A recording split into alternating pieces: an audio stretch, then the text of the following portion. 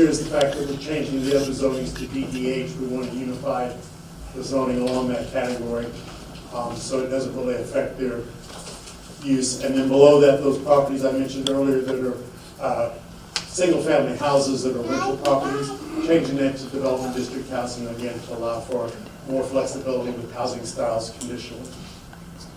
Along the east side, starting up down the bottom, at Maple Street and Magnolia, you'll see that the apartment complex, some of these other properties, we're going to the development district housing again to allow for some redevelopment and to bring the apartments into conformity with the land use. Going up to the corner of the intersection where we had the housing along Short Street, changing that to CRDE in case that there, to give an opportunity for some more walkable mixed use at that intersection. Then coming down along Dean where we have the, currently have the mixture of different types of office and housing uses. We provide that to allow for mixed use redevelopment.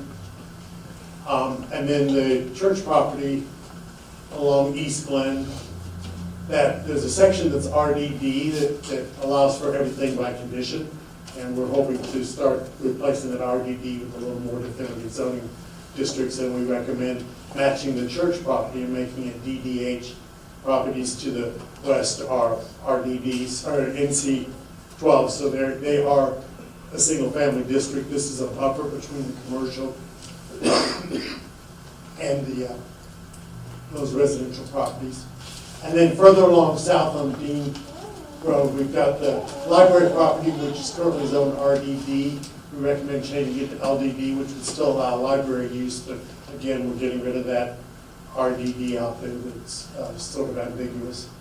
Along the west side, the NC 11 and NC 15, again, there's some non-conforming structures because of the townhomes. We recommend that going to DDH, which there's some vacant properties as well, will allow for some flexibility with 2 new housing styles along there. Still going to be residential, but it just provides a wider array of housing types. Along the east side where we have the NC 5, a lot of those properties are duplexes, and again, we've got the apartments down here. This zoning change will bring a lot of those into conformity and again allow for redevelopment in the future of a little broader type of housing styles. And then the final zoning map side by side. Okay, thank you. As before, this does require a public hearing, so I'll ask anybody that would like to come forward and talk about the zoning map amendment, come forward now. All right, seeing no one, I'll close the public hearing, ask for comments, questions. Tom, as you know, I was out of touch for a while, and I failed to just do our work sessions over this. But we're converting a lot of property to DDH now. As the DDH changed, do we still, I know it requires, it allows various housing types, but does it still require the single family definition?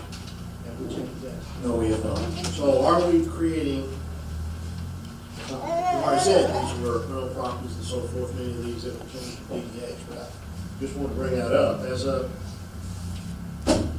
cautionary tale. I mean, I think the most likely outcomes, because these properties are pretty much platted in a single-family configuration already, you're probably looking at the possibility of some consolidation, maybe a duplex or a twin-home product, or even perhaps a townhome product, all of which could be reasonably assumed to be occupied by a living arrangement that meets the family definition. The current zoning, the NC, only allows for the family definition as well, so it's not creating the issue that it would be if it's currently somebody who's doing something they should. If you got 2 units on a single lot, each unit would have the 2 people, so that's not considered. I understand that. I just wanted to make sure that we may have created some nonconformity in that regard as far as meeting that definition. But maybe not. And another thing, and I agree, hopefully that won't happen. We won't create enforcement issues, but and we will get a chance with all the non-single family product in DDH. We'll get a conditional use approval opportunity as well. That will provide some assistance. Okay, do I hear any other discussion or motion? I'll move we approve BL 219-00128. Yep. Second. Motion is second. Any further discussion on the motion? All those in favor say aye. Aye. All those opposed say no.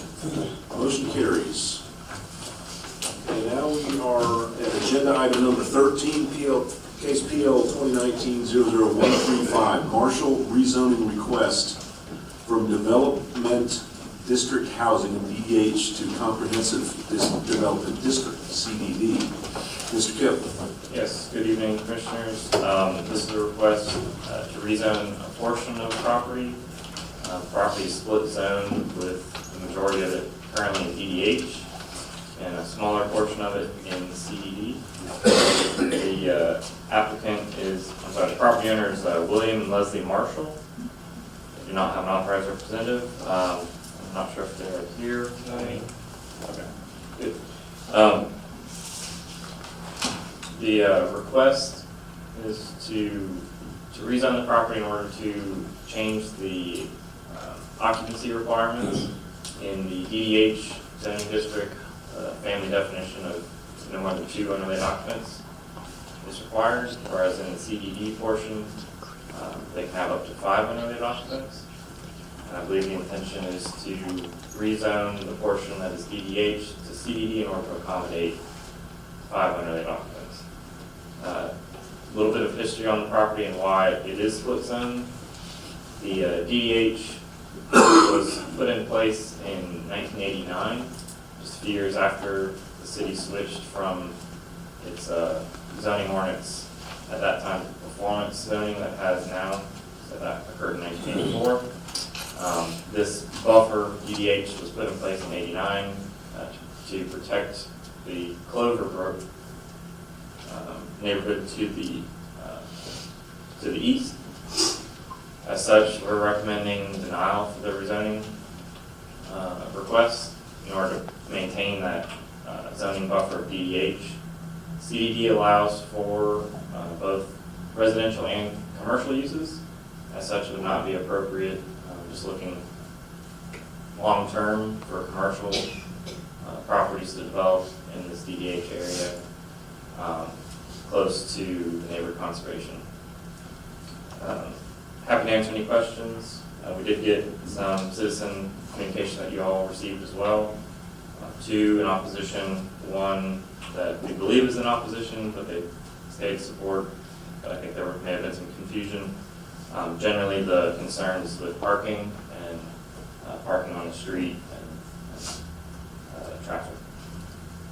Let me ask a question about the, so when this was, when the zoning was put in 1989, did you say, this wasn't platted as a neighborhood at the time, was it? That's correct. So the neighborhood was not yet built. The Cloverbrook on the east had already been built. The DDH was then put in place, and then sometime, I think it's 2006 is when the subdivision was platted. Okay. Sir, would you like to speak? First of all, thanks y'all. I want to be a good neighbor, number one. One of the reasons that I'm here is because my survey shows my whole, well, it shows over 90% of my lot as being in a CDD, the actual survey that is on file. Looking at the map, I see just part of my, this just shows just part of my lot. The houses to my west, there's 3 houses to my west on my side of the street that are zoned in the CBD. All I want to do is just somebody, I mean, in all the other maps that you showed prior, I was just looking. Mine stands out because when the zoning was done, it took into account the whole lot. It didn't split a lot. And I'm just wanting it either be one way or another. That's all I Okay. have. Thank you. Is this then merely a dispute over a survey? Where our zoning line lies versus where where the surveyor says? It could be that. This is, like I said, this has been mapped this way for Yeah. forever. I mean, not forever, obviously, but for quite some time. I don't understand how his survey shows it being in, all in CD. I looked at the survey, the surveyor actually scaled that incorrectly. I went back to. Oh, okay. I went back to the zoning before that and followed it through into the scale. This is correct. And that's typically why we don't have zoning boundaries shown on a plat map that may address the zoning, but, yeah, because it gets. You know, this is an unusual situation. Split, any property that's being split zoned is not, certainly less than ideal, but I think it's reasonable to conclude and assume that with the performance zoning ordinance we have, when the property was platted, once the developer understood and realized that he could accomplish what he was seeking in both zones, there was no impetus to really clean it up at that time. In a perfect world, you'd like to get that squared off. And we've got these arrangements throughout town where we've got the DDH buffers, and you know, that's kind of a buffer between the CDD and the NC, and you know, for the most part, it really hasn't caused a conflict, and so we do, the split zone scenarios are few and far between, but the staff concern here, as is reflected in the staff report, is the potential intrusion into that DDH buffer, which in my opinion creates a scenario, while I'm not going to go so far as to say it sets a precedent, it begins what could be an incremental erosion of that buffer that we think the staff is inappropriate. Well, basically, the subdivision was laid out, the definition of the DDH at the time, after a great deal of study and struggle as to how to protect the neighborhood conservation areas from the big zone CDD, chose 400 feet. Planning Commission and Council chose, as I recall, 400 feet. That's why it's a straight line. And that's why, but that subdivision wasn't platted at the time, this subplat was not. And therefore, the creation of the split lots was not the making of the city, other than it approved a subdivision petition. That is true. And so the problem that the purchaser has is that he buys the lot as platted. And so, I don't think the city created this problem, personally. Well, let's go ahead and open the public hearing and see if we get some input. So this does require a public hearing, so this time anybody would like to come speak on this subject, come on up. If you haven't already signed up, please do afterwards. State your name and address. Keith Gilmore, 1449 Cloverbrook Circle. I live in the corner up there. Been living there since 2013. Did each of y'all receive the pictures and stuff that I emailed to you? I've got copies if you need to look at them. You know, so I did that to depict the single-family neighborhood. I think this gentleman related, and I've had some discussions with Mr. Cotton as well about the buffer and this thing, and it was, I think, put into place to protect not Clover Brook, but Clover Leaf. Right. Clover Leaf, not Clover Brook, or Clover Brook. The NC area. That is all single-family dwellings. They're a little bit larger homes than our single-family dwellings on Cloverbrook Circle, but from the pictures that I sent y'all, and I'm sure some of y'all have probably ridden around there and looked at the situation and stuff like that, and see that is the intent of that. I'm going to start out, my biggest concern is the safety issues. I mean, the public city sidewalk is on that side of the street. I sit out there, I watch people walking, jogging, I watch my grandchildren, I watch children literally have to get off the sidewalk and get out in the street. I saw almost an accident because they weren't looking at having to go around the cars that is at this residence. So my biggest concern is that, plus emergency vehicles. I have an emergency service background. The remainder of those houses that are in purple down through there, I've been in contact directly and indirectly with each of those, and I'm actually looking to try to get that to where we can have only, 2 unrelated. So I've already started that process, I just haven't got all the signatures and stuff lined up to get that done. So that is my goal, hopefully I'll get that done eventually, but the precedence is what I don't want to set. The buffer, obviously, the southern edge apartment lies in the purple right there. Perfect example of what student housing and apartments need to be. Ample parking, plenty of parking for those. The street, the city street, the single-family dwellings, there's not enough parking. And again, looking at the pictures, if you're looking at my street, basically most of the time, there's no on-street parking. And it's okay to have a little on-street parking occasionally in the case of unloading, things like that, but a constant thing with numerous vehicles parked. The covered that.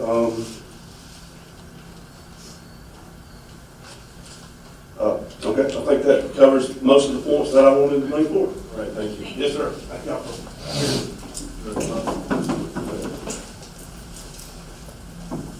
Yeah, okay, go ahead, sir. Just for taking off. Okay. You want me to sign or? After you're done, go speak first. I'm Jeff Harris. I have 1461 Cloverbrook.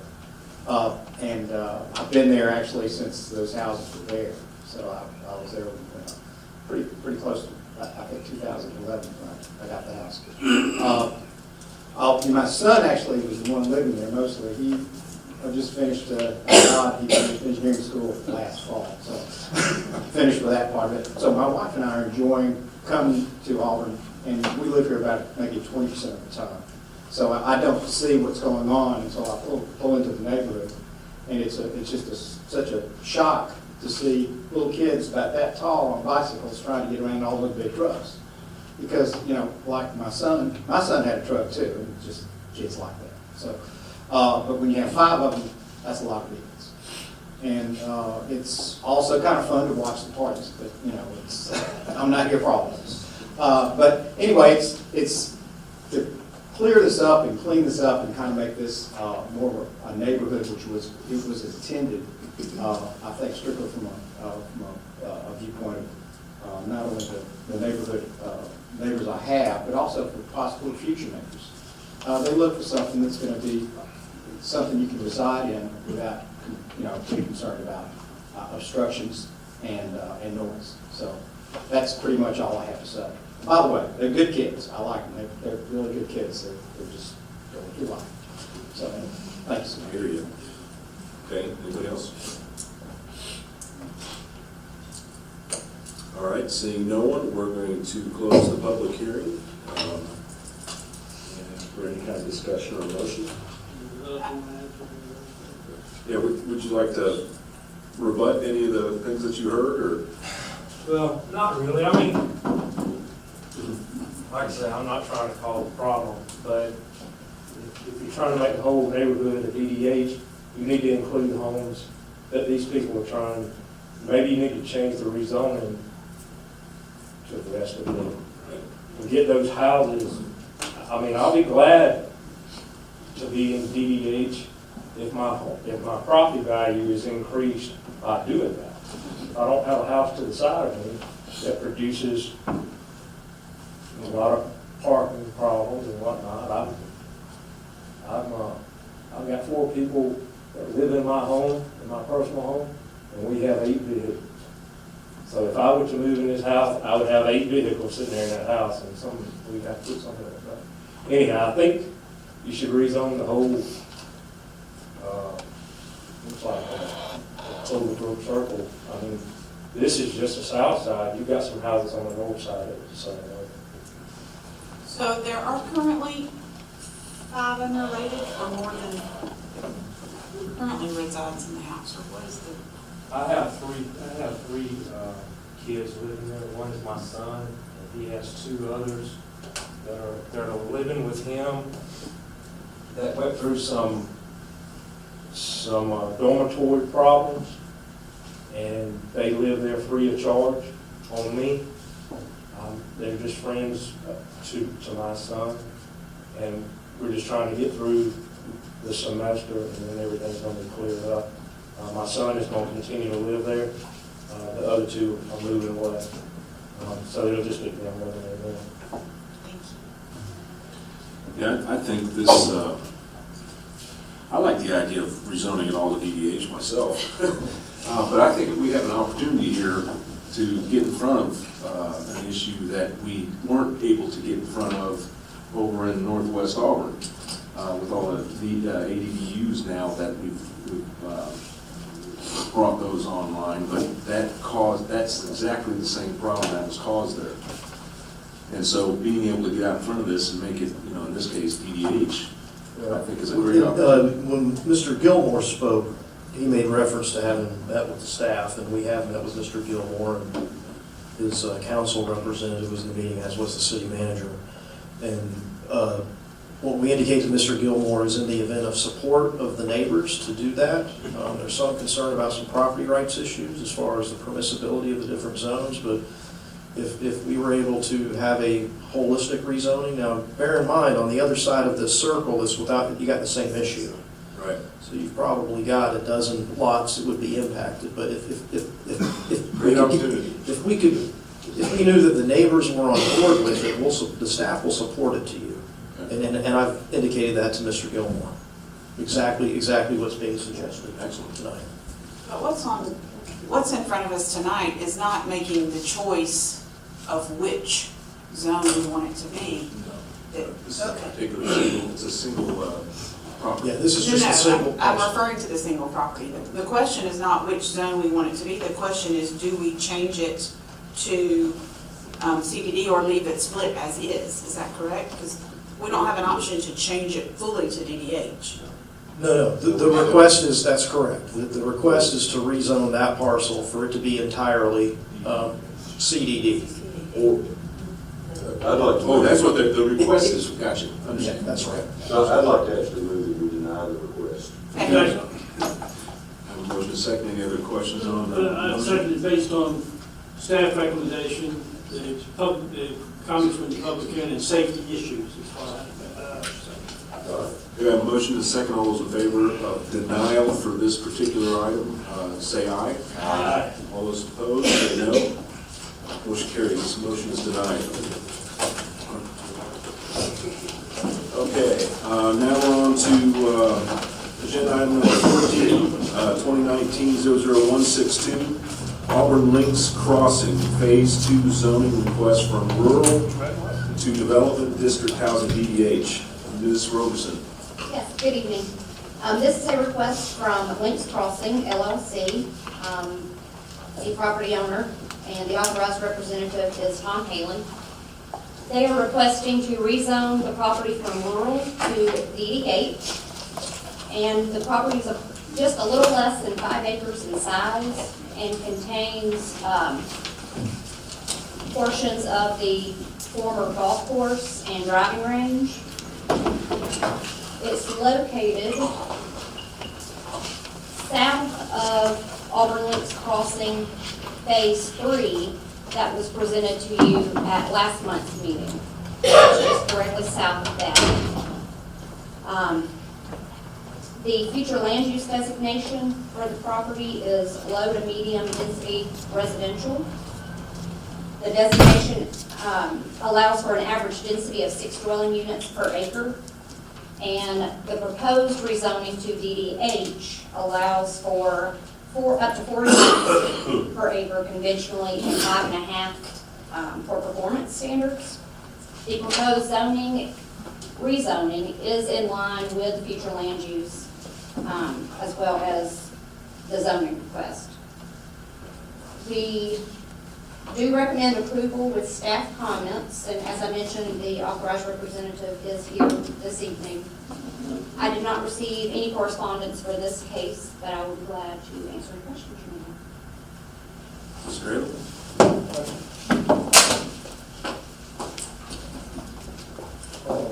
First of all, apologize to you that my representative let you know wasn't at the packet meeting Monday. There may be some questions there. That won't happen again. I didn't know he wasn't there. I would have been.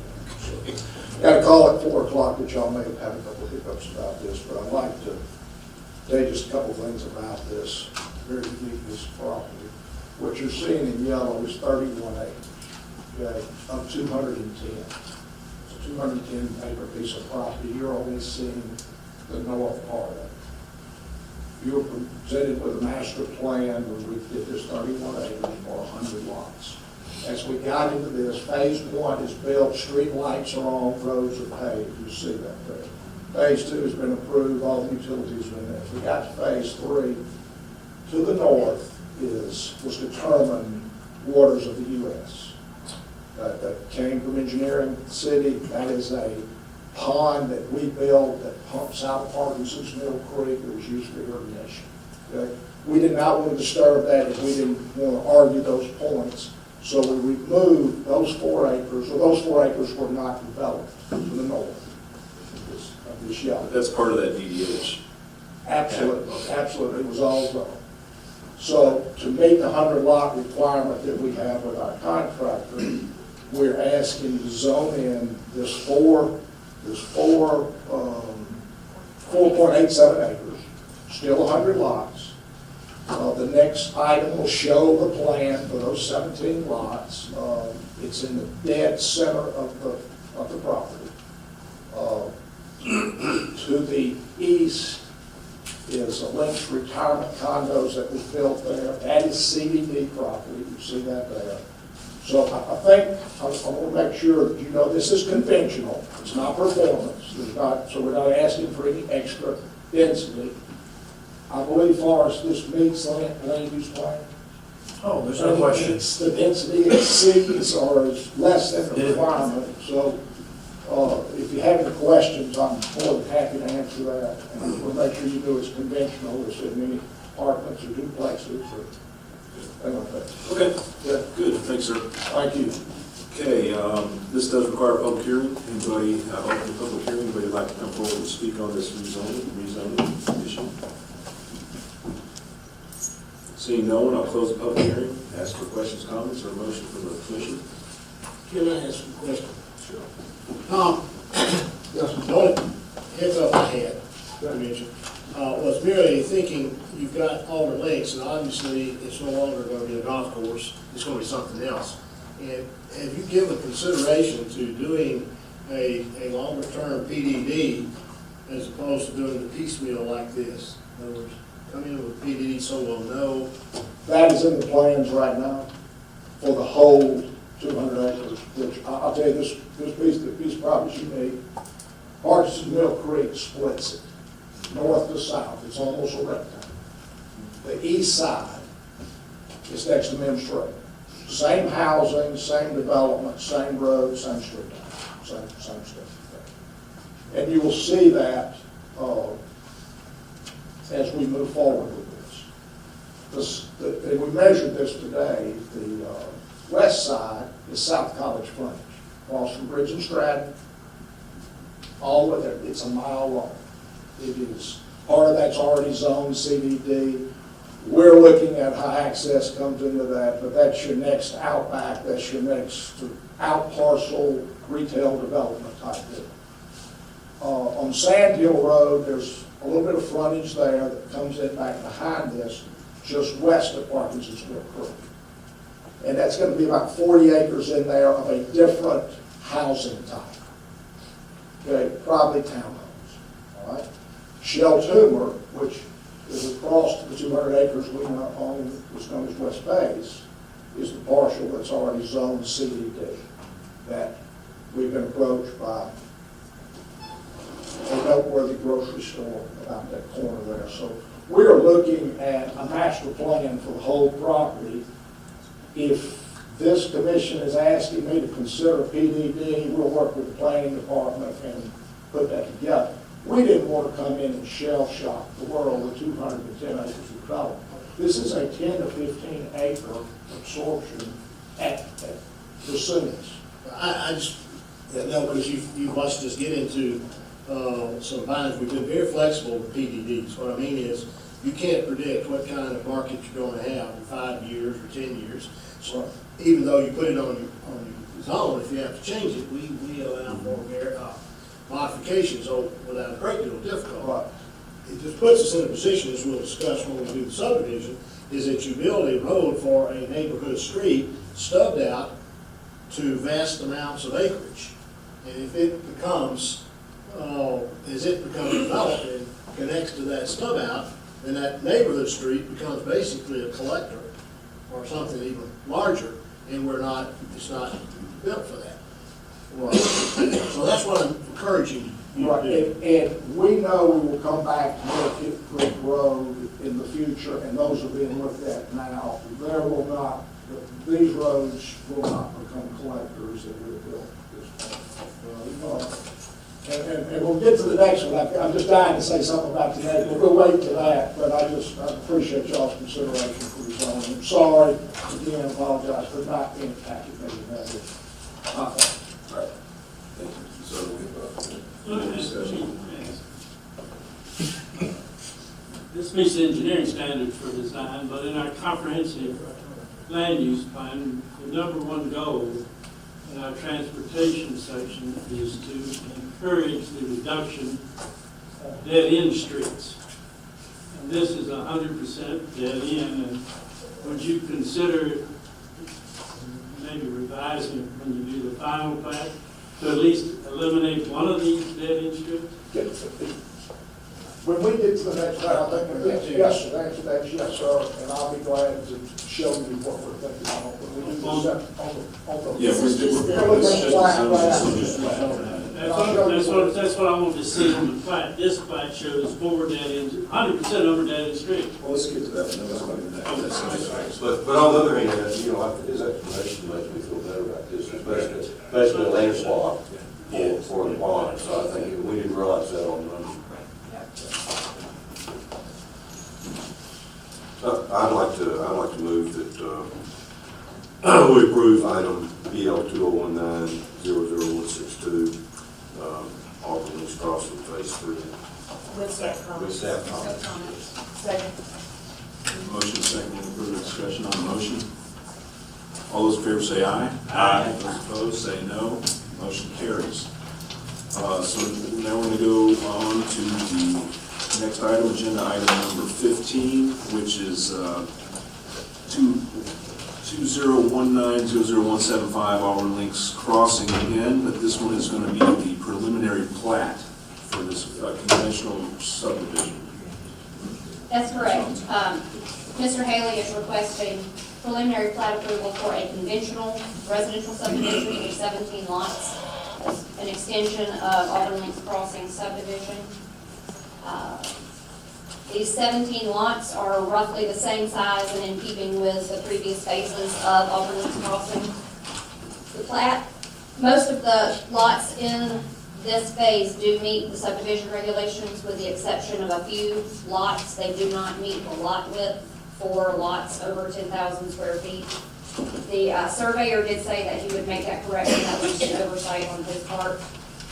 The density of this phase is 3.49 dwelling units per acre, and the maximum allowed for conventional subdivisions is 4 dwelling units an acre. We do recommend approval with staff comments, and I'll be glad to answer any questions you may have. Do you know this, Mr. Haley? I just want to address the dead-end question. Okay. And maybe we want to keep this in mind. This is headed back to Mill Creek. I can't read it. Big road name here. Links Route. Unique circumstances here with the natural resources that are there. If you look at all of this collectively of what we've developed, that Parkinson's Mill Creek is to the east.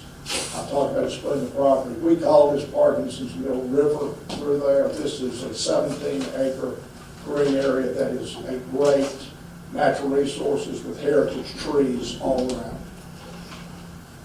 And did not know this and had learned from planning that know that I agree with it, but we'll certainly do whatever you tell us to. We made the lots up against the creek deeper. They went past 10,000 square feet.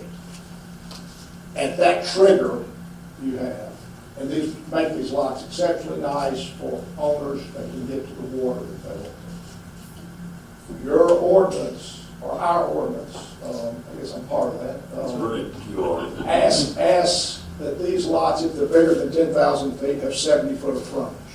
We can't do that and make the economics work. So we didn't know this, the lots were made bigger. We're gonna cut the backs of these lots off. We don't think that's practical, but if that's what our ordinance says, and we'll do that unless there's a way to get to a waiver about that. You'll see it's not gonna change the geometry of the roads or anything, but we would like to give that land to these lots instead of having a little piece of no man's back there. But that was oversight. Our engineer has been instructed, if we can't work this out through planning staff, to go ahead and make a lot shorter. And we would do that before final plan. And I'm sure there'll be a few other tweaks they have in the other sections as we have found borders of the U.S. and other natural resources there. I want you to know that the main sewer leaving Auburn comes down Parkinson's Mill. And it's just between the natural resources and that, it leaves for a great green space between what will be commercial on the other side of the creek and the east side is conventional subdivision. There's no multifamily. Any questions? I got off the dead end and talking about the lots, but these will not be dead end roads. You have 2 cul-de-sacs in this project. These roads will have connectivity to existing public roads. Probably need a master plan or TDD. Be nice. It's time to do that. Thank you. So I'd like to ask a question about that. So what's the trigger for this, the width? So it's 10,000 square feet of lot. Now, why is that? Why do we have to have more frontage for a bigger, that particular situation? Yeah, it's just to kind of predict a general customary shape of a property so that there's a fair amount of relationship or reasonable relationship between the depth and the width. With staff having objection to a waiver on this particular one because of the circumstances. This one kind of strikes me as a kind of a special condition that, shoot, if I was going to buy a lot like that, I'd like to be able to have it. Y'all be close about this. I'm not a I mean, in this particular case, it would be a variance. So you come back. It would come back to you or BZA. You go to BZA. Go to BZA, yeah. They're just slightly over 10,000, so it's not, I think you can tell BZA. What's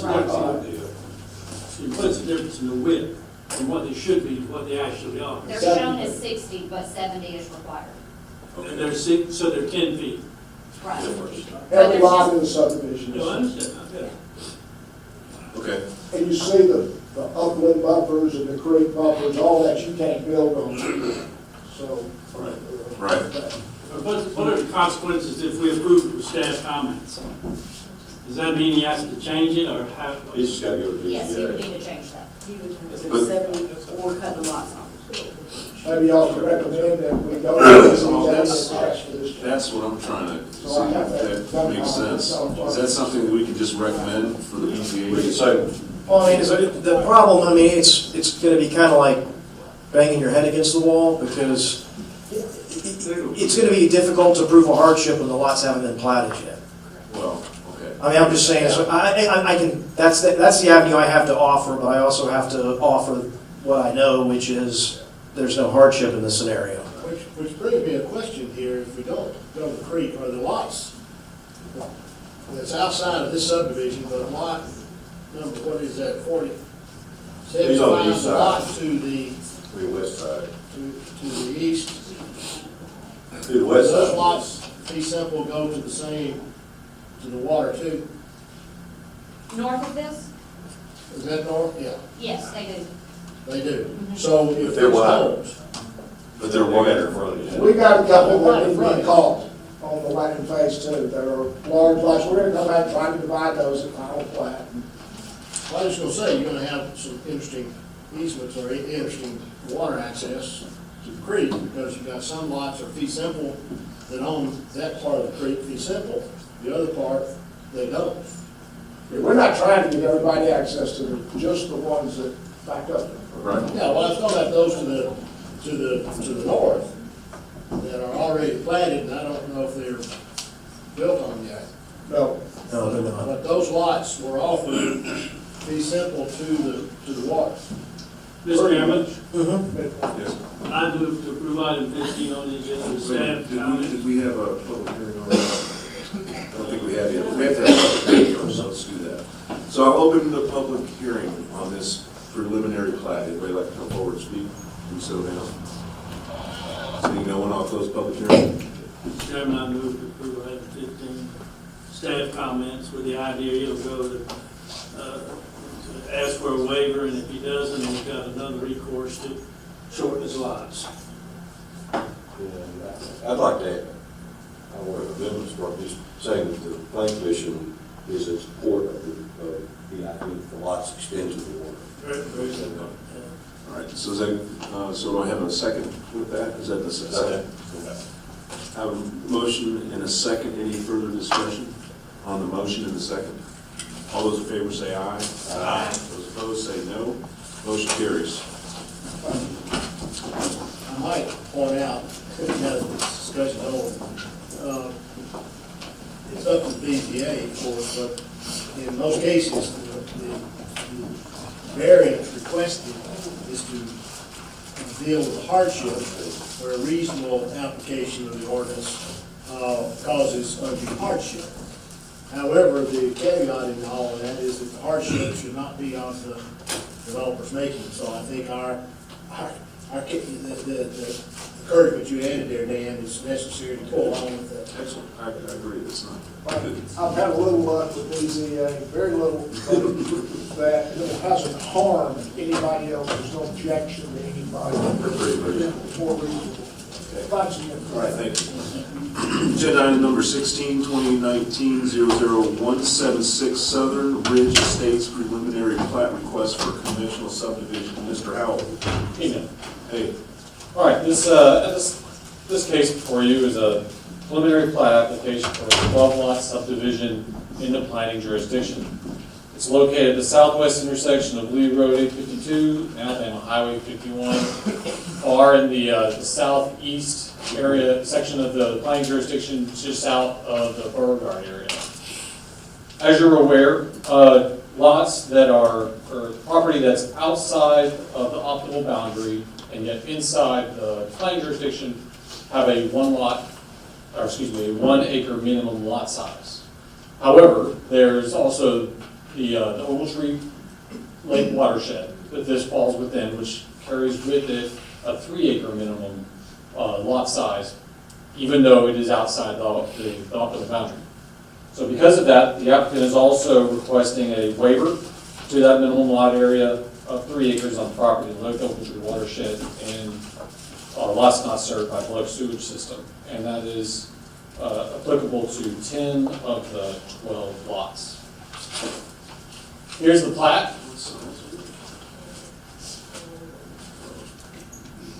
Here's the plat. You have the intersection right there. This property is not part of the plat, and so you have this area right in here. It includes 12 lots. These two on the south side are outside of the watershed because that actually comes in on this general line through the plat. And so this is part of the extreme edge of the watershed. However, because it's still in, it has to conform with that 3 acre lot minimum. So the applicant and the city have been working together over the last several weeks to kind of address that issue. As you'll remember from a couple months ago, this property was in front of you for a preliminary plat that was denied because it was also seeking waivers for less than 1 acre lots, even though it was still in the watershed and in the planning jurisdiction. So they have come back to us with lots that conform with the 1 acre minimum for those being outside the boundary. However, we've been working with them to address the watershed issue. I'll let the applicant, here, believe. Okay. I'll let them and Water Resource correct me. But in general, what the solution that they have to address the watershed issues, that they have designed a drainage system that redirects the water that's in that general area, that's in that watershed area, to the west and south to get out of the watershed. So it does not involve a massive leveling of the topography as it sits out there right now. So, Has that design met criteria for the water? Everybody's good with that, right?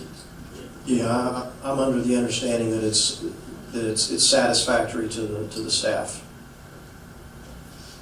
staff is in, because of that, the work with the applicant, the work they've done with the Water Resource Management, where the staff is recommending approval with comments subject to their grading. Right, thanks. Question, Bill. On that drawing, that contour that you show on that is the high water mark, that's the high ground. So here's the contours that are associated with the plat. Let's go back to that other one, there's too many lines on it. That mark that you showed across those lots, that's the high water mark, that's the high contour, that separates the watershed. Yeah, that's the very edge of the watershed, believe it or not. Everything south of that. So the only diversion is half of those lots that are adjacent to the road. That's the only amount of area that we would divert the water from. Correct. That's right, that's how far out this is. Kind of, what are the chances? Never say never, right? So what type of, I guess I would like a little bit of more fidelity on this, like in terms of what kind of precedents would this set that might cause issues later? You have to attend the packet meeting. Yeah, this is, For the public. yeah, in the overall scheme of things, this is a very de minimis type issue. Just the fact that this happens to be so far out that it's actually the boundary of the watershed actually divides it is almost uncanny. But I think the staff feels like that this is You're okay with that? quite reasonable. All right, thank you. Okay, so this, any of the representatives have anything to say, or would you like to? You don't have to, if you don't want to. Not unless you want to. That's good. All right, well, this requires a public hearing, so I'll go ahead and open the public hearing for the Southern Ridge Estates. Anybody would like to come forward and speak on this, do so now. Seeing no one, I'll close the public hearing, ask for questions, comments, motion from the commission.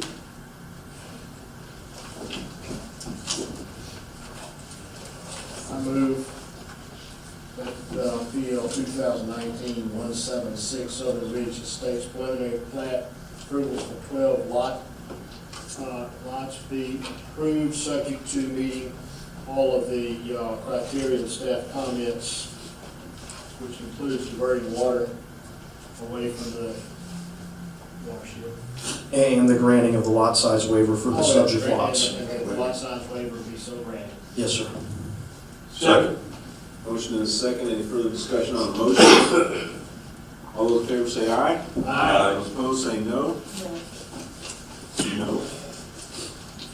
Motion carries. Okay, the final item for tonight is number 17, which is 00177 Southern Ridge Estates final plat request for a conventional residential subdivision. Mr. Howell. Yes, sir. Okay, so this is the final plat of the preliminary you just heard.